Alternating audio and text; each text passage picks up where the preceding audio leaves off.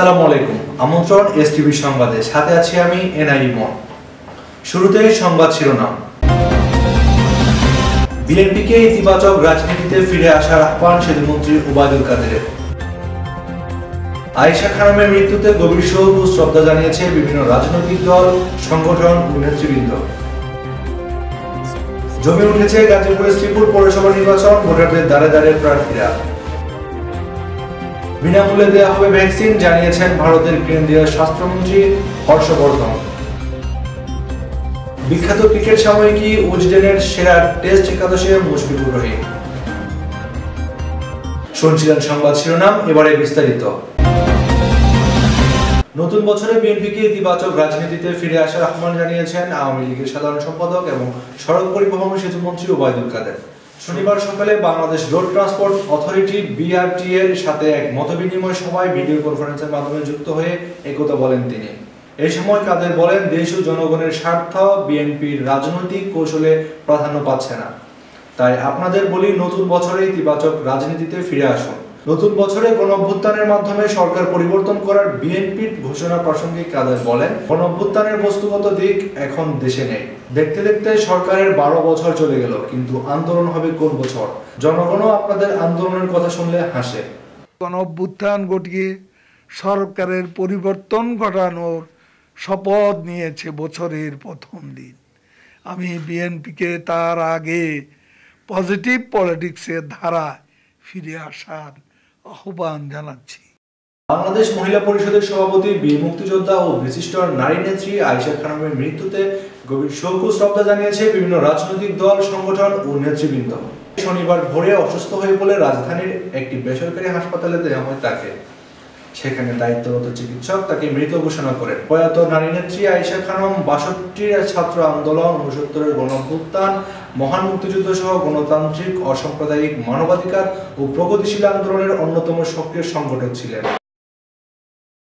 জমে উঠেছে গাজীপুরের শ্রীপুর পৌরসভা নির্বাচন। আগামী 16 জানুয়ারি শ্রীপুর পৌরসভা নির্বাচনে বাংলাদেশ জাতীয়তাবাদী দল বিএনপি মনোনীত ধানের শীষ প্রতীকে মেয়র প্রার্থী হিসেবে নির্বাচন করছেন অ্যাডভোকেট কাজী খান। অপরদিকে স্বতন্ত্র মেয়র পদপ্রার্থী হিসেবে জনসংযোগ করছেন জগ মার্কা প্রতীক নিয়ে মরহুম শহীদুল্লাহ শহীদের। এই নির্বাচনে জয় হওয়ার ব্যাপারে তারা দৃঢ় প্রত্যয়ী। সুষ্ঠু গ্রহণযোগ্য এবং একটা অবাধ নির্বাচন যদি 16 তারিখে হয়, তাহলে অবশ্যই আমাদের ধানের শীষ প্রতীক জয়লাভ করবে এবং জনগণের প্রত্যাশা করবে। আমি 100% আশাবাদী, 100% আশাবাদী, 100% আশাবাদী এবং বিজয়ী হবেই হবে। দেশবাসী পাশে থাকবো, যে কোনো প্রয়োজনীয়তার পাশে থাকবো, এলাকাবাসীর পাশে থাকবো, রাস্তাঘাট উন্নয়নের পাশে থাকবো, বিদ্যুৎ আইন করবো। আগামী 16 জানুয়ারি ভোট গ্রহণ অনুষ্ঠিত হবে। এলাকার উন্নয়নের প্রতিশ্রুতি নিয়ে ভোটারদের দ্বারে দ্বারে কাউন্সিলর প্রার্থীরা। পৌরসভার 7 নং ওয়ার্ডের কাউন্সিলর প্রার্থী ওয়ার্ড আওয়ামী লীগের সভাপতি আবুল হোসেন উট পাখি প্রতীক ও হাজী মোহাম্মদ মহসিন পাঞ্জাবি প্রতীক নিয়ে নির্বাচন করছেন।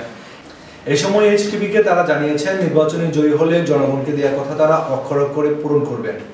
7 নং ওয়ার্ডের মধ্যে আমরা অনেক দিনের আগে যে আমরা দেখছি, আমরা অনেক মেম্বার চেয়ারম্যান বানাইছি, কাউন্সিলর বানাইছি, আমাদের এলাকার 7 নং ওয়ার্ডের মধ্যে কোনো কাজ আমরা পাইছি। আল্লাহর রহমতে আমি যদি বিজয়ী হতে পারি, শ্রীপুর পৌরসভা 7 নং ওয়ার্ডের জনগণের উদ্দেশ্যে আমি বলতে চাই, জনগণের মধ্যে যে সমস্যা রয়েছে, বিশেষ করে মাদক মুক্ত, ভূমিদস্যু মুক্ত, চাঁদাবাজ মুক্ত 7 নং ওয়ার্ড করার লক্ষ্যে হয়। প্রত্যেকটি বাড়িতে বাড়িতে যেন রাস্তা দিয়ে যাওয়া যায়, এই ধরনের কাজ আমি করব। আমি নির্বাচিত হতে পারলে আমি একজন জনপ্রতিনিধি মানে বুঝি যে জনগণের পাশে থেকে কাজ করা। আর আমার উদ্দেশ্য একটাই, আমি যাতে জনগণের পাশে থেকে সারা জীবন কাজ করতে পারি, এই উদ্দেশ্য নিয়ে এবং 7 নং ওয়ার্ডকে ডিজিটাল একটা ওয়ার্ড হিসেবে গড়ে তোলার লক্ষ্যে আমি দিনরাত কাজ করে যাচ্ছি। আমি আশা করি ইনশাল্লাহ জনগণের মাধ্যমে, বিপুল ভোটের মাধ্যমে আমি নির্বাচিত হব। মহান স্বাধীনতার স্থপতি জাতির জনক বঙ্গবন্ধু শেখ মুজিবুর রহমানের 10 জানুয়ারি স্বদেশ প্রত্যাবর্তন দিবস উপলক্ষে এলাকাবাসীকে শুভেচ্ছা জানিয়েছেন রাজাবাড়ী ইউনিয়ন পরিষদের চেয়ারম্যান পদপ্রার্থী ইউসুফ আলী শেখ। বঙ্গবন্ধুর আদর্শকে বুকে ধারণ করে রাজাবাড়ী ইউনিয়নকে একটি আধুনিক মডেল ইউনিয়ন হিসেবে গড়ে তুলতে দৃঢ় প্রতিজ্ঞ তিনি। 1971 সালের 7 মার্চের ভাষণের মাধ্যমে জনগণকে উদ্বুদ্ধ করে সর্বকালের সর্বশ্রেষ্ঠ বাঙালি জাতির জনক বঙ্গবন্ধু শেখ মুজিবুর রহমানের নির্দেশনার মাধ্যমে 1971 সালের 26শে মার্চ যুদ্ধের মাধ্যমে 1971 সালের 16ই ডিসেম্বর দেশ স্বাধীন হয়। তারই ধারাবাহিকতায় আমরা প্রকৃত স্বাধীনতা পেয়েছি। বঙ্গবন্ধুর স্বদেশ প্রত্যাবর্তন দিবস 1972 সালের 10 জানুয়ারি, যেদিন বঙ্গবন্ধু বাংলার মাটি স্পর্শ করেছিলেন, তার মধ্য দিয়ে আমরা বাঙালি জাতি প্রকৃত স্বাধীনতা পেয়েছিলাম। এবং বঙ্গবন্ধুর এই শক্ত হাতের নেতৃত্বের কারণেই এই অল্প সময়ে বাংলাদেশ একটি ক্ষুদ্র দেশ, বাংলাদেশ এই অল্প সময়ের মধ্যে বিশ্বের কোনো দেশ স্বাধীনতা অর্জন করতে পারে নাই।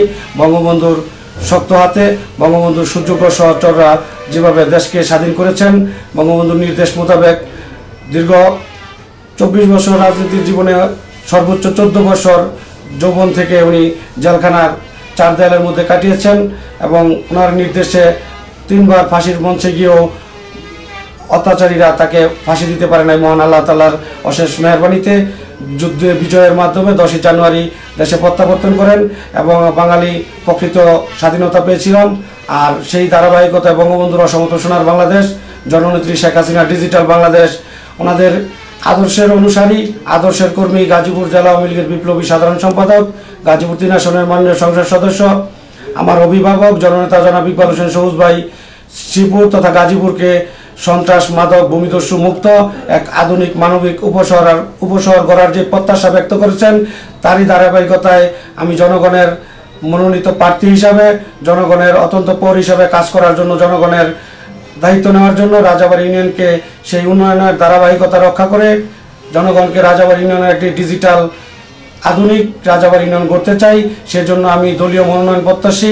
আগামী নির্বাচনে রাজাবাড়ী ইউনিয়ন পরিষদের চেয়ারম্যান প্রার্থী হিসাবে আমি নির্বাচনের প্রত্যাশা করছি এবং দলমত নির্বিশেষে আমি সকলের কাছে দোয়া চাই, সহযোগিতা চাই, আমি যেন আগামী নির্বাচনে নৌকা প্রতীক নিয়ে নির্বাচন করতে পারি। এবার আন্তর্জাতিক সংবাদ।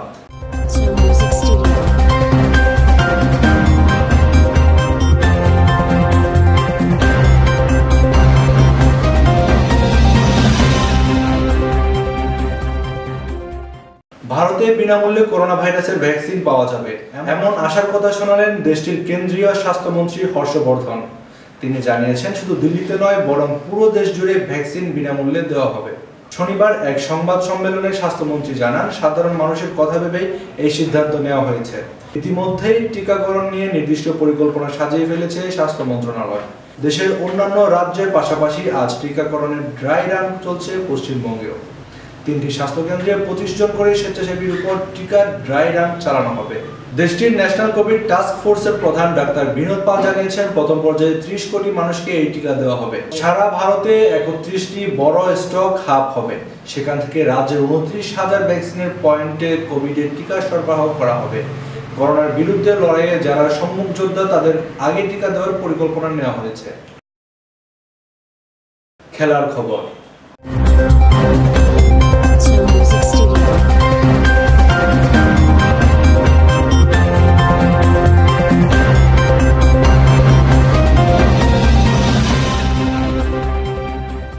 কিশোর বয়সে অভিষেকের পর থেকে যারা আলো ছড়াচ্ছেন তাদের নিয়ে সেরা টেস্ট একাদশ গঠন করেছে বিখ্যাত ক্রিকেট সাময়িকী উইজডেন। জনপ্রিয় এই সাময়িকীর গড়া এই দলের জায়গা করে নিয়েছে বাংলাদেশের wicket keeper batsman Mushfiqur Rahim.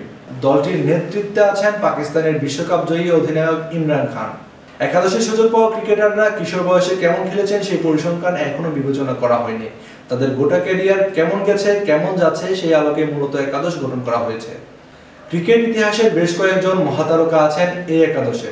মুশফিককে সেরা একাদশে রাখার ব্যাখ্যায় উইজডেন জানিয়েছেন, তরুণ বয়স থেকে অসাধারণ খেলে যাচ্ছেন মুশফিক। নিজের ধারাবাহিকতায় নিদর্শন স্বরূপ তিনি বাংলাদেশের সেরা ব্যাটসম্যান। ছোটখাটো ধরনের এই ক্রিকেটার একমাত্র উইকেট কিপার ব্যাটসম্যান হিসেবে 3টি ডাবল সেঞ্চুরি করার কীর্তি গড়েছেন। শেষ করার আগে শিরোনামগুলো আরো একবার। বিএনপিকে ইতিবাচক রাজনীতিতে ফিরে আসার আহ্বান সেতুমন্ত্রী ওবায়দুল কাদেরের। আয়েশা খানমের মৃত্যুতে গভীর শোক ও শ্রদ্ধা জানিয়েছে বিভিন্ন রাজনৈতিক দল, সংগঠন ও নেতৃবৃন্দ। জমে উঠেছে গাজীপুরের শ্রীপুর পৌরসভা নির্বাচন, ভোটারদের দ্বারে দ্বারে প্রার্থীরা। বিনামূল্যে দেওয়া হবে ভ্যাকসিন জানিয়েছেন ভারতের কেন্দ্রীয় স্বাস্থ্যমন্ত্রী হর্ষবর্ধন। বিখ্যাত ক্রিকেট সাময়িকী উইজডেনের সেরা টেস্ট একাদশে মুশফিকুর রহিম। দর্শক দেখছিলেন এসটিভি সংবাদ, এতক্ষণ সাথে থাকার জন্য ধন্যবাদ।